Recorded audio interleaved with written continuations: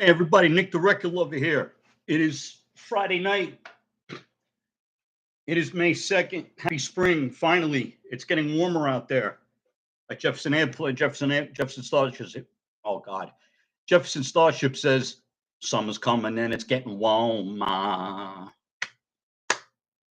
sitting here watching all the flowers. All right, dig it.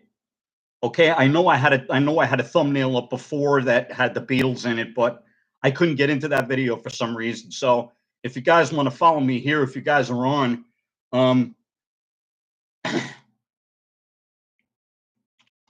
hey guys, I'm here. Let's see if we have anybody coming in tonight, because I think I'm on the other picture, and when I click on that, nothing happens. I think I still got a lot to learn about YouTube. That's for sure. But here I am. I got my Beatles shirt on tonight. It's Friday. I'm rocking. It's 7:06. Yeah, I hope this doesn't happen like it did the last week when I had everything ready and nobody was here because they probably thought I was someplace else. So let's see. All right. What we got? Make this picture bigger. Oh, I don't do that. I just don't know why that didn't work before. I have no idea. So, well, tonight I just want to welcome everybody to Nick the Record Lover's channel again. Like I said, it's May 2nd, and it's gonna be a little bit of a washout for the weekend, is what I heard. My phone's going off. I don't know why, but okay, never mind.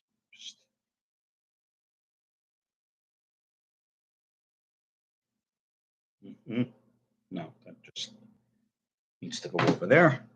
Well, tonight, just want to see who's coming in tonight. This happened again. I tried to get into the video the last time, and they're probably waiting for it on the other one. And I made it over here, and I opened one, so somebody likes it. Ah, there he is.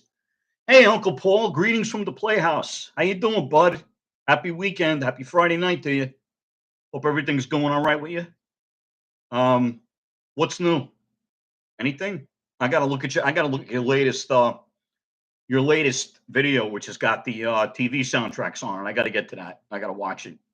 I know that's gonna be a great video. I can tell right now because I don't have too many TV soundtracks in my collection. I think, yeah, I have I have two Rowan and Martin's Laugh-Ins, the both of them. Very well. Yes, TV soundtrack. Thanks, Nick. No problem. Yeah, check out Uncle Paul's Beatles Pop Playhouse. He's got some awesome stuff on that channel. I mean, you have to see it to believe it, so you better see it. It's Uncle Paul's Beatles Pop Playhouse. Check it out here on YouTube. He's got so many great videos on there. It's amazing.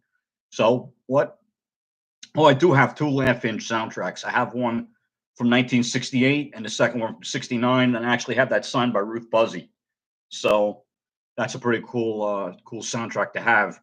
And let's see. Tonight I wanted to talk about the great ones, like I said in my other video, like my other thing, but I don't know why that's not coming up. So going to talk about maybe some more McCartney, maybe some Gleason.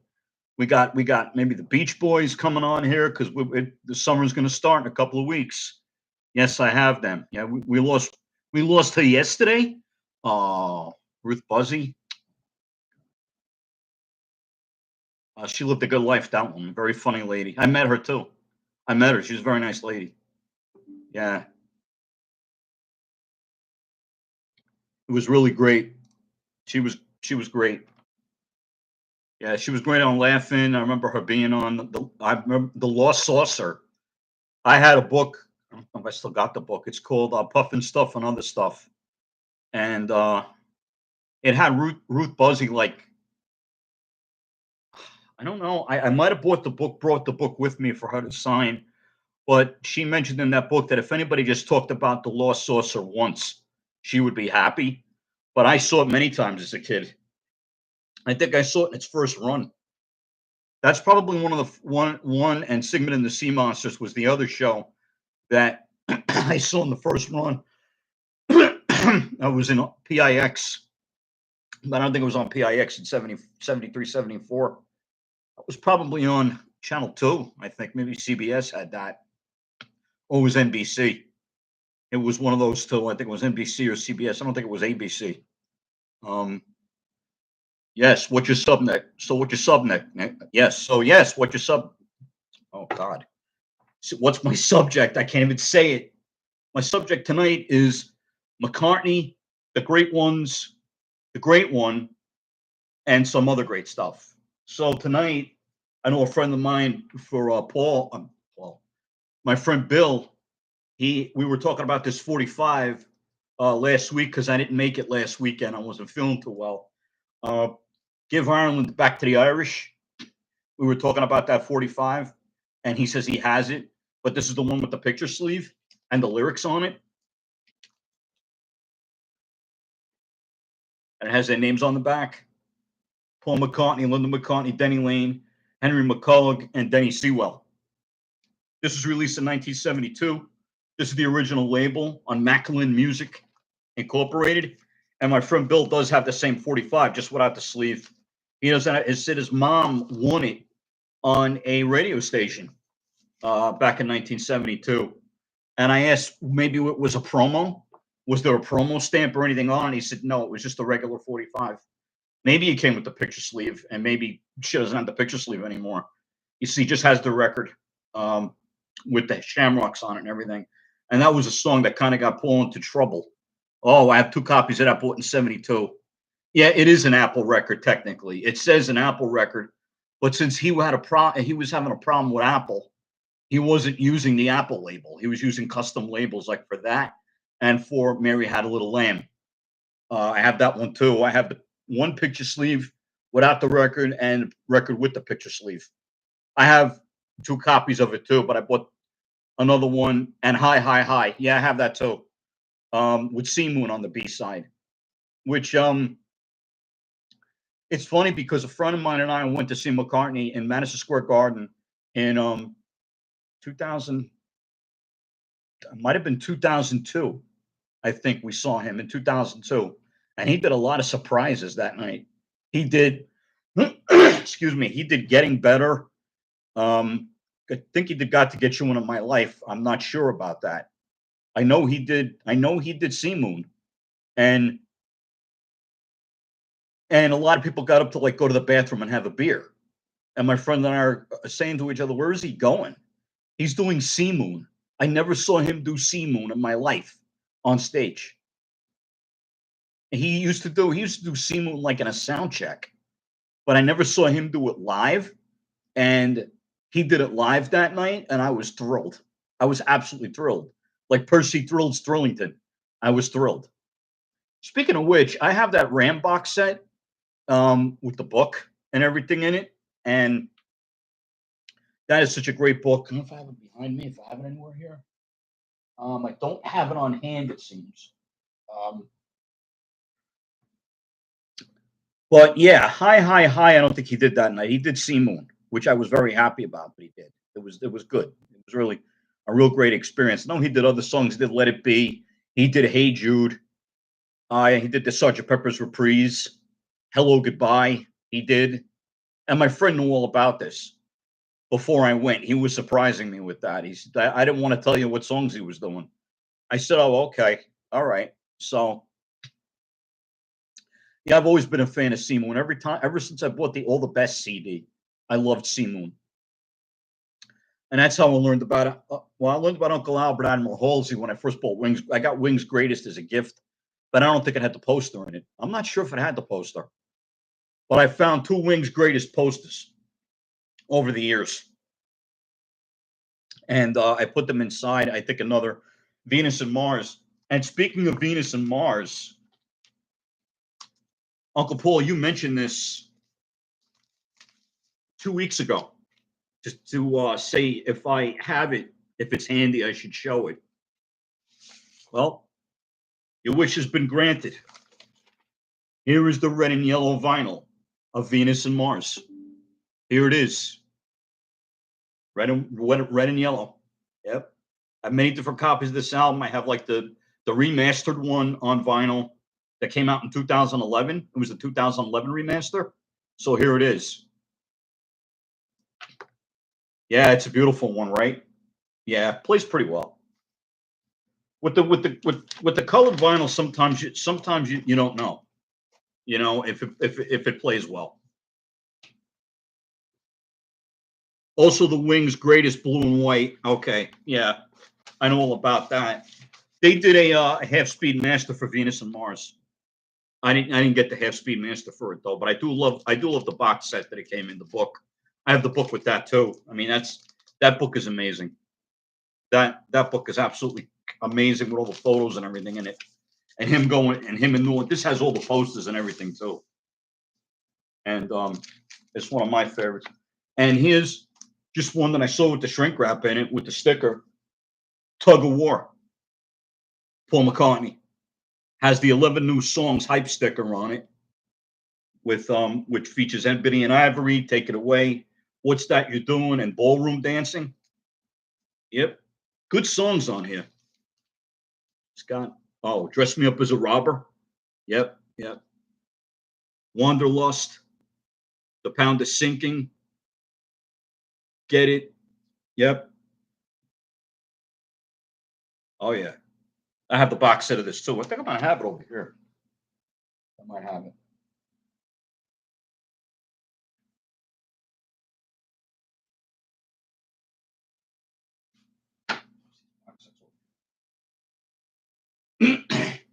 Well, here's McCartney too. I have that. This is McCartney too that I have on the archive collection. I have the LP too. I have it with the Coming Up 45 in it too. The one-sided white label promo. Let's see. Yep. It's got everything in it. 4 CDs, or 3 CDs and a DVD. With the Coming Up music video, the Waterfalls music video, Wonderful Christmas Time. Excellent. You have all the archives. I thought you would. Yeah, I kind of thought you would. I thought you would. Well, here's the Venus and Mars archives. This is another one of my favorites. I love this one. The Band on the Run one is excellent too. I don't have the McCartney archive. That I don't have. And that was a very small archive that he did. There wasn't that much great bonus material on it. Although I love McCartney. I do love the McCartney album, the first album. I think it's great. I love it. It's this side. Okay. And we're going to talk about the great one tonight. Did you know Jackie Gleason had record albums out from 1952 to 1971? Well, yep, he did. Yep, Gleason. Here's one of them. Jackie Gleason presents Love, Embers, and Flame. And I would say that let's take a look at this. I have so many copies of so many Jackie Gleason records, it's crazy. Here's a special release of For Lovers Only, Paul. Music for Lovers Only and Music to Make You Misty on one LP. This is a 10-inch or if this is a regular one. I have to check this out. Contains 2 full Capitol albums, each complete on one side. So one side plays one and the other side plays the other, which they probably had to. What they did with this is probably I think that they just went into each other. Yeah. Yeah. All the songs. Yep. One side, Music to Make You Misty, and the other side, Music for Lovers Only. Well, it says 2 complete albums, but actually, both of these albums had 12 songs on them. So I have those. I have a sealed For Lovers Only, but that's like a 60s copy. And I think it's mono though. But what happened here was with Music for Lovers Only, it was really originally released in mono, like all of them were, except for the later ones, except for the very later ones. And when they recorded it for stereo, when they record Music for Lovers Only in stereo, they actually re-recorded the entire album. That's kind of like what they did with My Fair Lady. The Columbia I think the real Broadway show, not from the movie. It's from the Broadway show, and it was Julie Andrews who said that it was a thrill to go back into the studio to record a stereo version of it, which I think came out in 1962. I think the original My Fair Lady was 1958. So, yeah, when they went back in to record it for stereo, it was a completely different recording. And like it was here for Music for Lovers Only, they went in and redid the entire thing for stereo. And both of them sound really good. I mean, a few of the Gleason albums came out, like Merry Christmas, came out in duophonic for stereo phonographs. I have that. That's the one with the mailbox and the Christmas present sticking out of it. And I love that album. That's probably one of the best Christmas albums there is. I'll tell you, it's very unique. It is.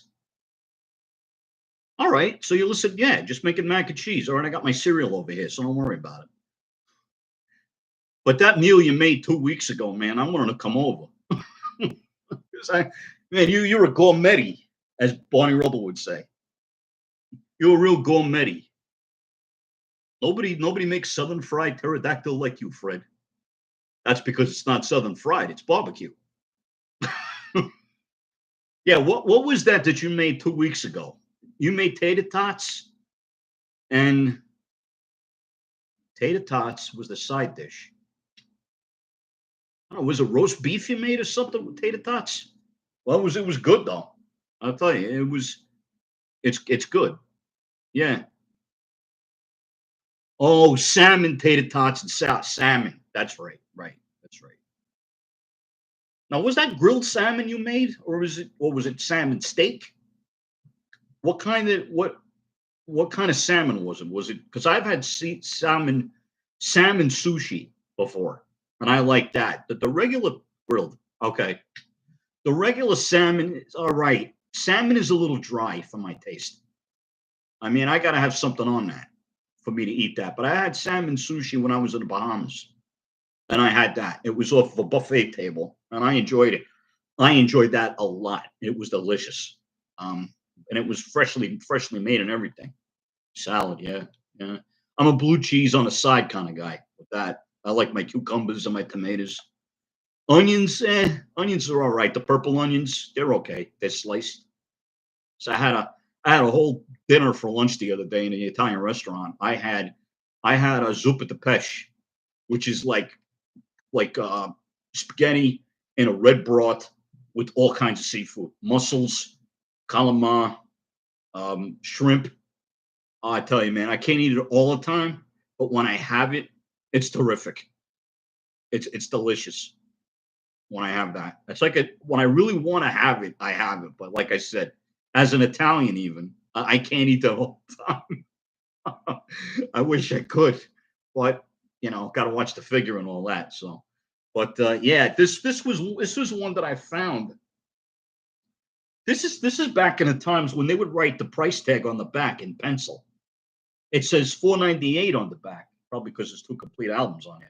Actually, there's only 8 songs from each album. That's how Capitol got away with saying you get two complete albums. Yep. Okay, so that's get out of here. Stupid thing. On this one, on Love Embers and Flame, he does How About Me, The Lover's Waltz, Always and Always, It's a Blue World. This is Bobby Hackett on this album. I don't know if he's on this one because Bobby Hackett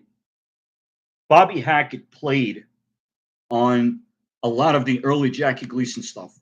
He played trumpet, Bobby Hackett, and he was really good. I love it. Here's all the other ones that were available at the bottom.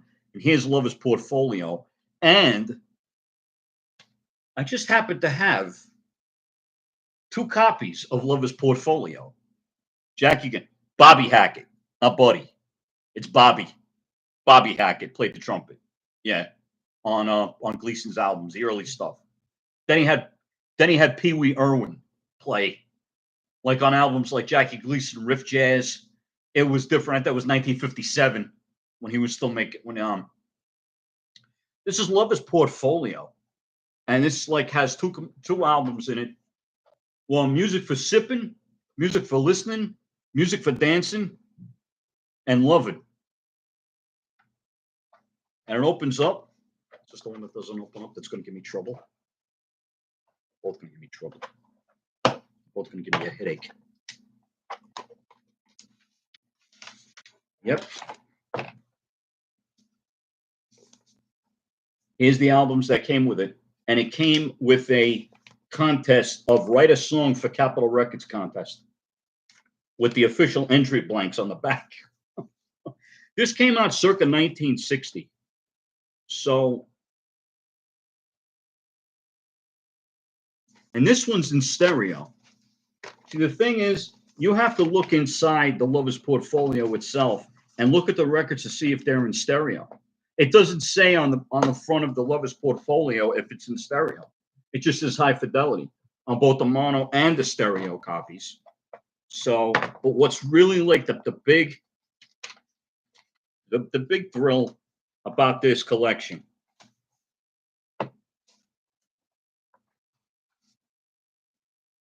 is it comes with a drink recipe book. Only Jackie Gleason could think of this. It's a beautiful book. It's in beautiful shape.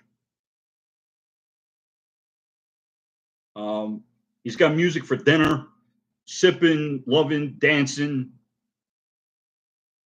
You know,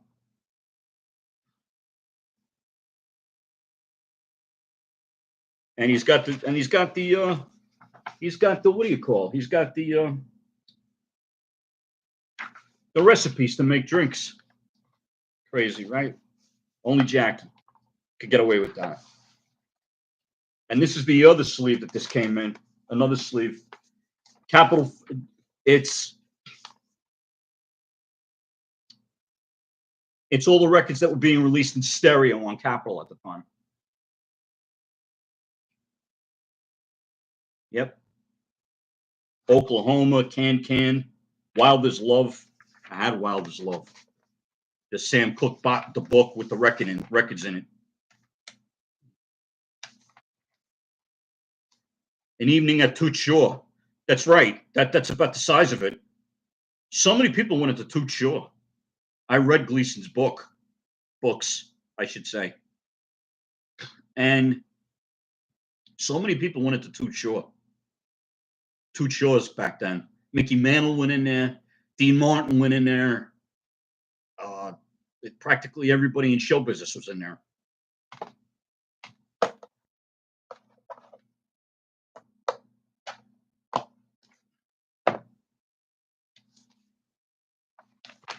So that's the Gleason for tonight.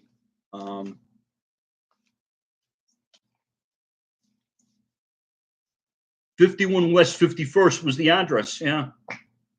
That's right around where my father worked. My father worked at 1285 Avenue of the Americas in Manhattan.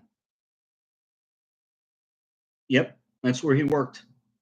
Not on that street, but 51 West 51st Street was, and 51 West 52nd Street is where CBS was, right? I think 51 West 52nd Street also had the Greater Museum for Television and Radio. And that was a great place to go in and watch things uncut, like TV shows. You got 2 hours and you signed in for what you wanted to watch, and you had 2 hours to watch anything you wanted to watch with headphones on. So I chose to watch a whole laugh-in show that I never saw the entire thing of because they weren't running the hour shows then. Billy Joel's 52nd Street LP. Yep, exactly. We're talking about Billy Joel today. My friend and I were going to lunch, and they were playing Piano Man in a car. And Piano Man was the one that really lifted him up into the charts. Because I heard Cold Spring Harbor didn't do anything initially. But anyway or any other way, I bought the newer copy of Something New, pun intended, Uncle Paul. This really sounds good. I got this in the mail from Barnes & Noble, and I actually ordered this, and a Steely Dan CD. I wanted the Steely Dan CD of Katie Lied, and instead I got two something news, two brand new something news. So one I kept sealed and one I opened. I mean, that's only the right Beatle thing to do. Yeah, they sound great and loud. Yeah. But I think it's because they went back to they went back to the analog. I don't know if the originals are from the analog. Because Dave Dexter, I don't know. I think he just used what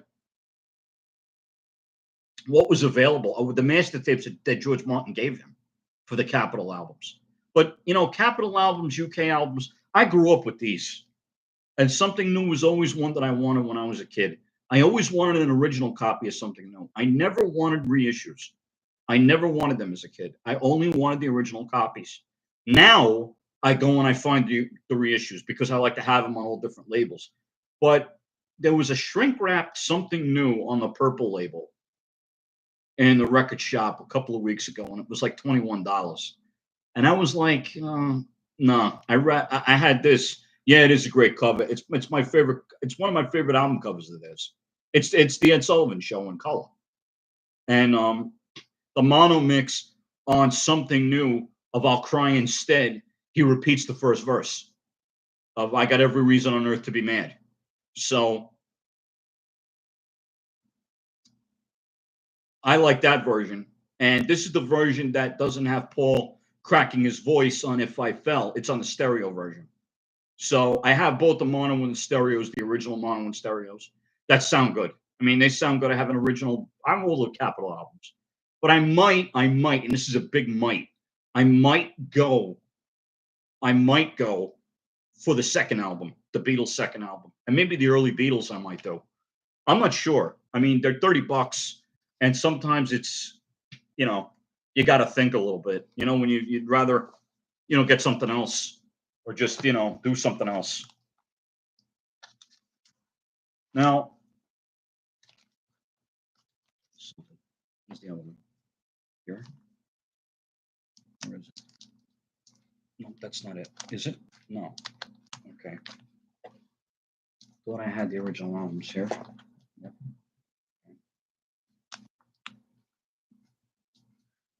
Nope. What's going on here? Come on now.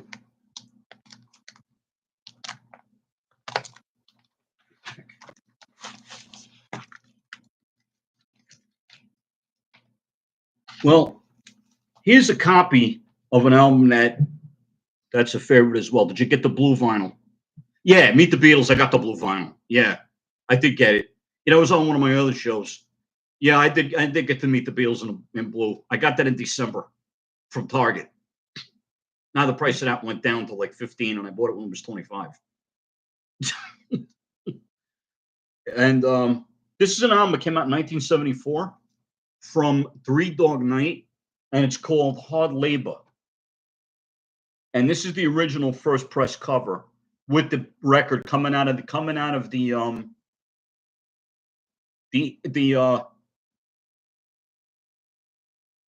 elastic alien, or the blow-up doll of an alien with the alien's face giving birth to a record.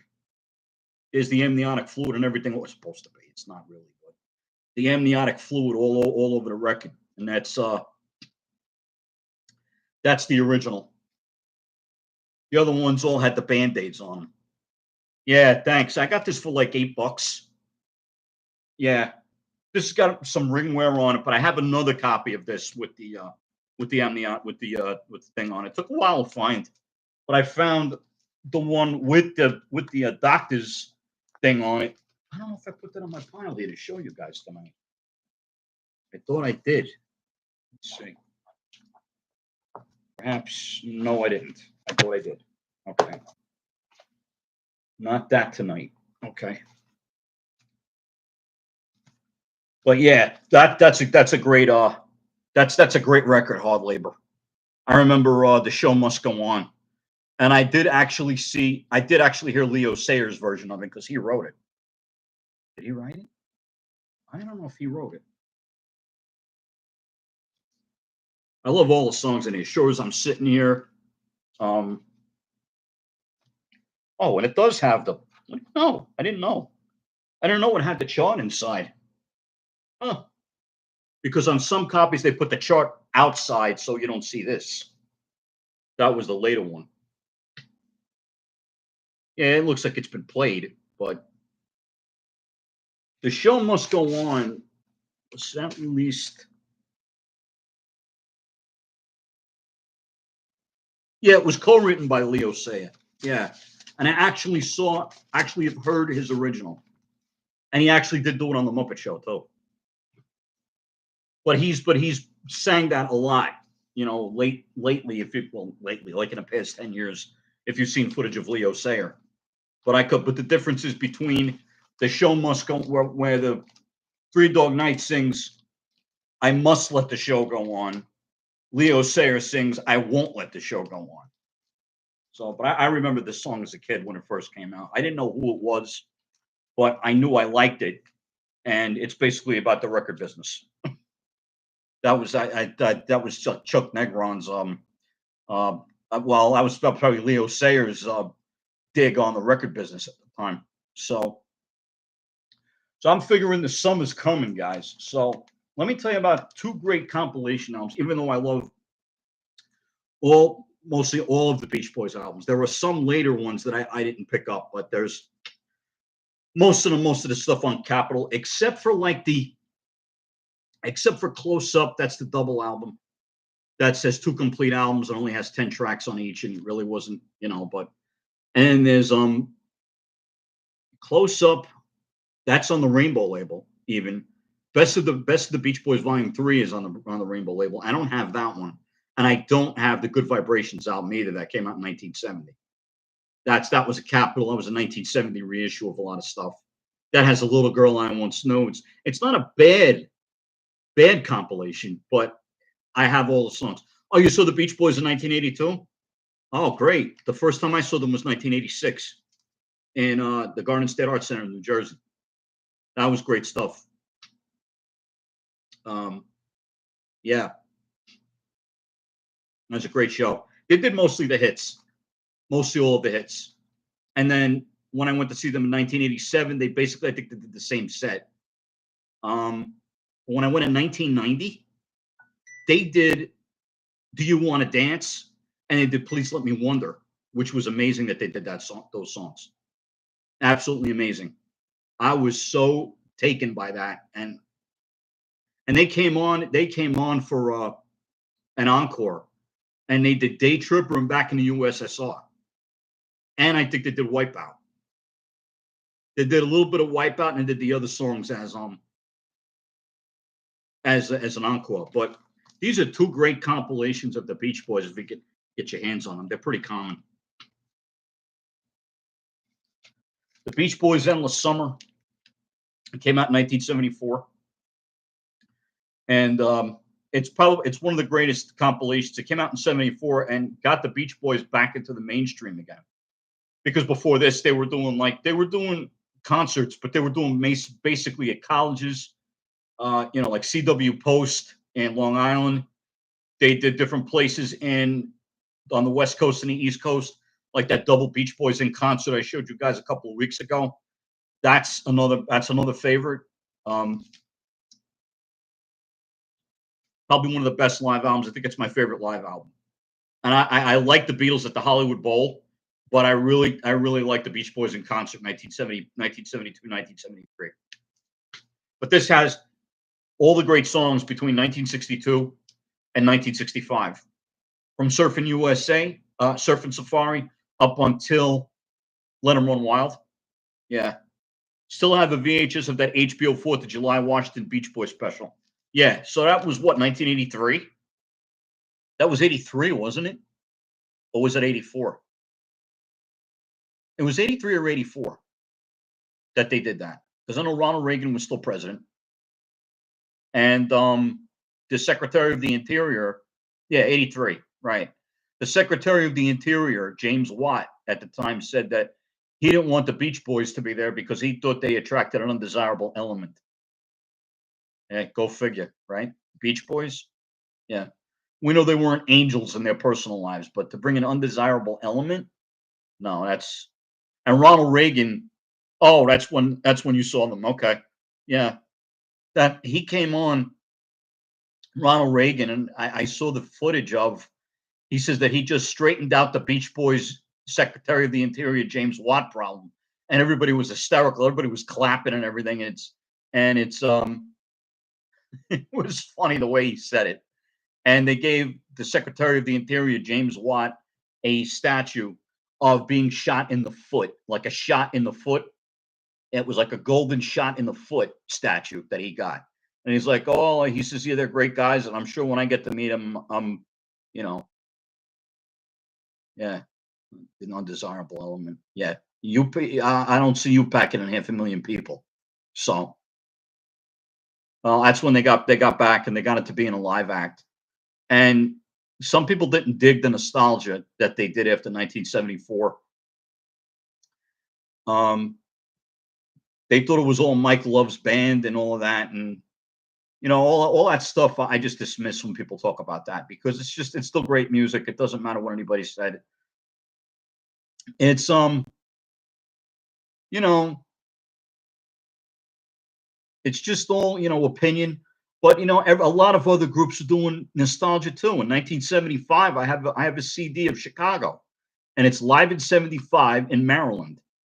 And I think it's Robert Lamb, and he says everybody now is going for the word nostalgia, and that's when they started playing. Does anybody really know what time it is? And he said at that point, he said Terry Cat hates this song now. I mean, they were playing it for 5 straight years, so it's. I love. Does anybody really know what time it is? I mean, I have the Carnegie Hall concerts, all the box set of the 4 albums with everything in them, with the posters, with the booklets, everything. I have the CD small box set, not the 9 CD thing they did. And this is coming from the group that said they did not want that album to come out live at Carnegie Hall. Why didn't they want the Carnegie Hall album out? Because they thought they sounded terrible.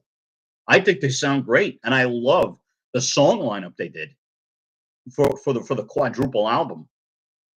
Uh, and then they actually released some of them separately. Actually, some of them, and I think I have part of that on 8 track. I don't have all 4 of them. I have part of that set on 8 track of Chicago Live at Carnegie Hall, 1971, and that was supposed to be mixed in quadraphonic, but it was canceled. They didn't make a mix of quadraphonic. They did release the album, but they wanted to make a quadraphonic mix of it, but they canceled it. They didn't want to do it because probably they didn't sound. I thought it was because of money reasons, but the studio time and all that jazz. But it's not. It was that they didn't think they sounded good. They thought their horns sounded like kazoos. That's. I mean, they were pretty hard on them on themselves when they did that record. That's what I thought. I thought that I mean, you have an album when Scott Muni comes on and introduces you at Carnegie Hall. You can't get any better than that. If you have Scott Muni coming out, who was part of WNEW-FM at that time, because that station started in New York in 1967, and that's when they started playing albums and deep tracks and things like that. And you had Allison Steele, the Nightbird, and is it Carol? Yeah, I know who it is. I wrote to her actually. Allison Steele passed away. Yeah, yeah, Carol. I know. I wrote to her actually once. Carol Miller? Was it Carol Miller? Okay. I don't know if it was. Yeah, Carol Miller. Yeah. What's funny about Carol Miller is that she said if the radio thing didn't work out back then, she had her law degree to fall back on because she didn't know that radio was going to last. They didn't think that station was going to last that long. WNEW. I mean, when you first get into something like that, you don't know when or if it's going to last or how long it's going to last. So she said, I always had my law degree. And then she said, I didn't need it after a while. So I'm glad she got that because my uncle, big into music. He grew up with Alison Steele, the Nightbird. Growing up with her and growing up with Carol Miller and who was it? Pat St. John, Pete Fornatale, um, Scott Muni. Yeah, yeah. Good times. That's that they're part of the, they're partly responsible for my collection on CD and on LPs and records and 45s. All all they're all responsible. CBS FM, WNEW, and 92.3 K Rock. All three of those stations were reasons why I bought what I have because I got so many deep albums. I mean, they when they played, I didn't have it yet, but I remember the summer when probably 1990 when I heard "Time Waits for No One" by the Rolling Stones from the "It's Only Rock and Roll" album, and I didn't get that CD until like 1994. So the first one when it had the original covers with the original inserts and all that on the CDs, I still have the collector's editions. I still have those. The sticky fingers with the removable zipper. Yeah, Carol Miller was something else. Scott, like I said, Scott Muni, Bruce Morrow, aka Cousin Brucey. I met him. I didn't meet him, but I did talk to him on the phone a couple times. He was a very nice man, very nice. And I read his book called Cousin Brucey Cruising America. It was all about his time getting into radio and all of his time, doing all that, who we met, and all that jazz. Yep, all legends. You're right. Absolutely all legends. My father grew up with Scott Muni like on WNBC, or was he ABC, or was he MCA?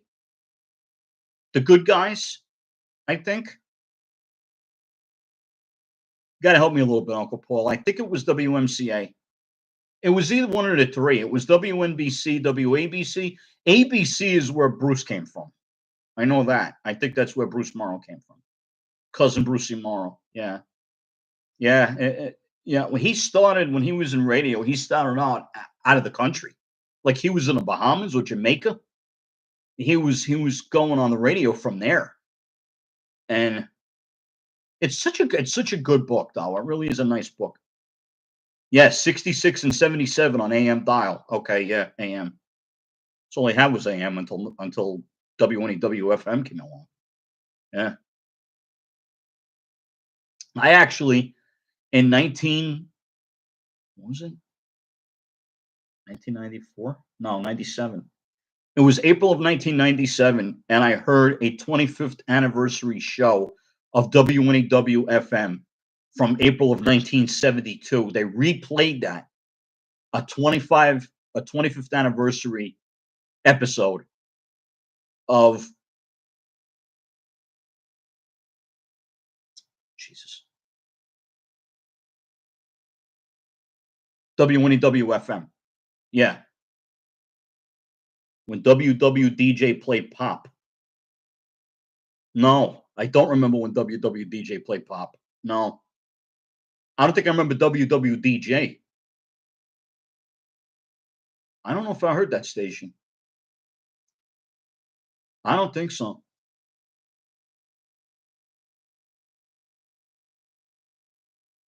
They played a 25th anniversary. 25th anniversary. It was an April 1972 episode that they played with Pete Fornatale. Oh, Vince Elsis. He was another one. And they were all on. And it was a 1972 episode. Oh, it's known for Christian music. It was AM then, 70s. Okay. Oh, all right. Okay. I don't remember WWDJ though. That's the only thing I don't remember. I remember NBC. I remember MCA, and I remember those. I remember those stations as a kid. In Queens, I remember those stations. What was it? Oh yeah, the episode that they played.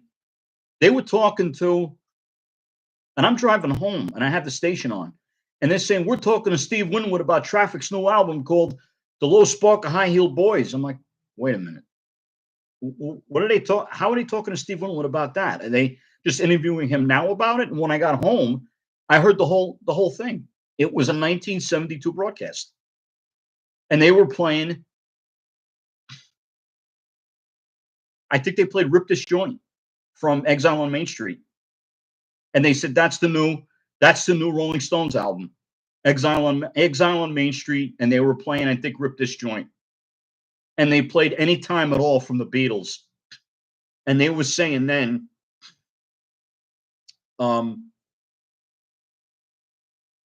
when they played "Any Time at All" from the Beatles, they said they hope, it was 1972. They said they just broke up recently. Hopefully they'll get back together again. That's what they were saying in 1972 after playing "Any Time at All," which was 8 years old at that time.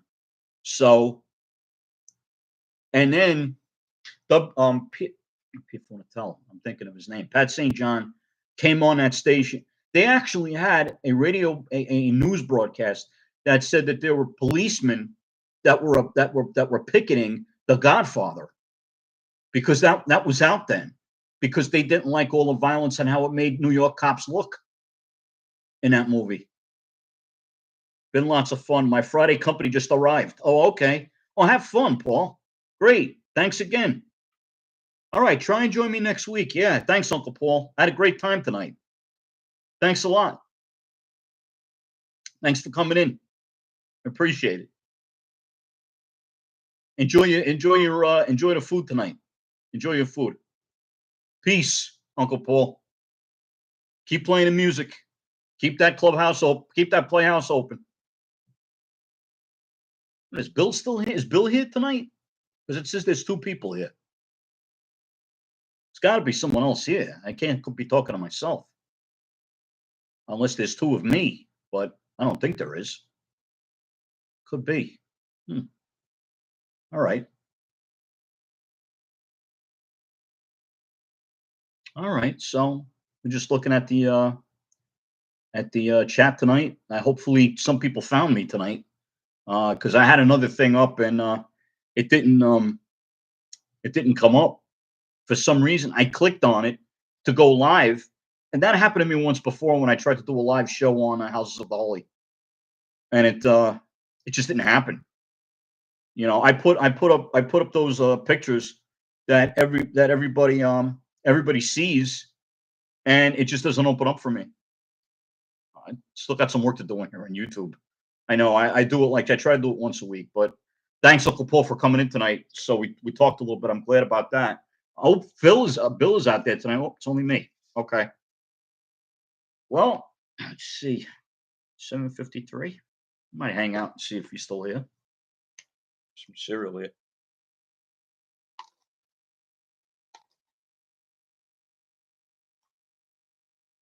It's a Friday night. It's a night to be out tonight, though. It's a beautiful night out there.